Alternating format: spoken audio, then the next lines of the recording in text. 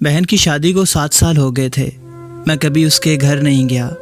ईद शब रात कभी भी अम्मी या अब्बू जाते हैं। मेरी बीवी एक दिन मुझे कहने लगी, आपकी बहन जब भी आती है उसके बच्चे घर की हालत ख़राब कर देते हैं, खर्च डबल हो जाता है। और आपकी माँ हमसे छुप छुपा कर कभी उसको चावल देती है तो कभी घी का डब्बा, साबुन की टिक्कियाँ, सर्फ के पैकेट और कभी कभी तो दूध का डब्बा भर देती है। अपनी माँ को बोलें ये हमारा घर है, कोई हैरात सेंटर नहीं। मुझे बहुत गुस्सा आया। मैं मुश्किल से घर खर्च पूरा कर रहा हूँ और माँ है कि सब कुछ उठाकर बहन को दे देती है। बहन एक दिन घर आई हुई थी। उसके बेटे ने टीवी पर रखा हुआ गुलदान तोड़ दिया।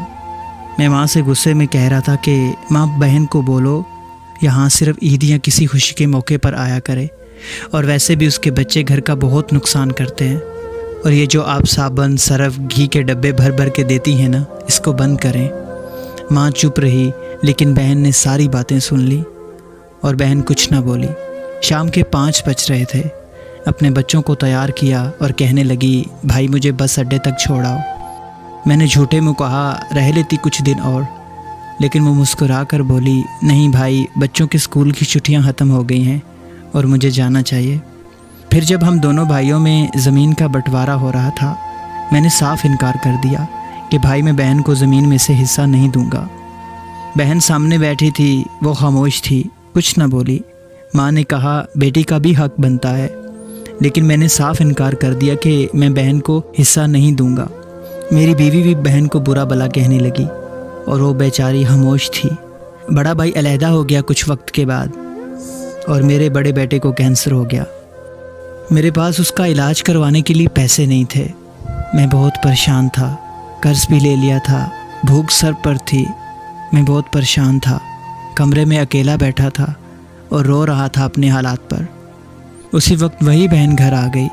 मैंने गुस्से में बोला, अब ये आ गई है मनूस, अब पता नहीं क्या लेने आई है। मैंने बीवी को कहा, कुछ तैयार करो बहन के लिए। बीवी मेरे पास आई और कहने लगी कि कोई ज़रूरत नहीं है इसके लिए कुछ भी पकाने की, बस चाय बना देती हूँ और चलता करें इसे।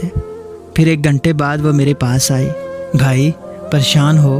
बहन ने मेरे सर पर हाथ फेरा। बड़ी बहन हूँ तुम्हारी, मेरी गोद में खेलते रहे हो, अब देखो माशाल्लाह मुझसे भी बड़े लगते हो। फिर मेरे करीब हुई, अपने पर्स से सोने के कंगन निकाले, मेरे हाथ में रखे और कहने लगी, पागल तू ऐਵੇਂ परेशान होता है। बच्चे स्कूल थे, मैंने सोचा दौड़ते दौड़ते भाई से मिला हूँ, ये कंगन बेचकर अपना खर्च कर, बेटे का इलाज करवा और परेशान ना हुआ कर। मैं खामोश था, बहन की तरफ देखे जा रहा था। वो आहिस्ता से बोली, किसी को बताना मत कंगन के बारे में, और हाँ अगर बीवी पूछे तो कहना मिलने आई थी बस। मेरे माथे पे बोसा किया और 1000 रुपये अपने पर्स से निकाल कर मुझे दे दिए, जो 150 के नोट थे। शायद वो उसकी जमा पूंजी थी। मेरी जेब में डालकर बोली, बच्चों के लिए कुछ अच्छा ले आना खाने के लिए। भाई तू परेशान ना हुआ कर। वो जल्दी से जाने लगी। उसके पैरों की तरफ मैंने देखा तो टूटी हुई चप्पल पहनी हुई थी, पुराना सा दुपट्टा ओढ़ रखा था, और जब भी आती थी वही दुपट्टा ओढ़ कर आती थी। बहन की इस मोहब्बत पे मर गया था मैं। हम भाई कितने मतलब परस्त होते हैं, बहनों को पल भर में बेगाना कर देते हैं, और बहनें भाइयों का ज़रा सा दुख भी बर्दाश्त नहीं कर सकती। मैं हाथ में कंगन पकड़े ज़ोर ज़ोर से रोने लगा। बहनें अपने घर में खुदा जाने कितने दुख सह रही होते हैं। कुछ लम्हे बहनों के पास बैठकर हालचाल पूछ लिया करें, शायद उनके चेहरों पे कुछ लम्हों के लिए एक सुकून सा आ जाए। बहनें माँ का रूप होती हैं।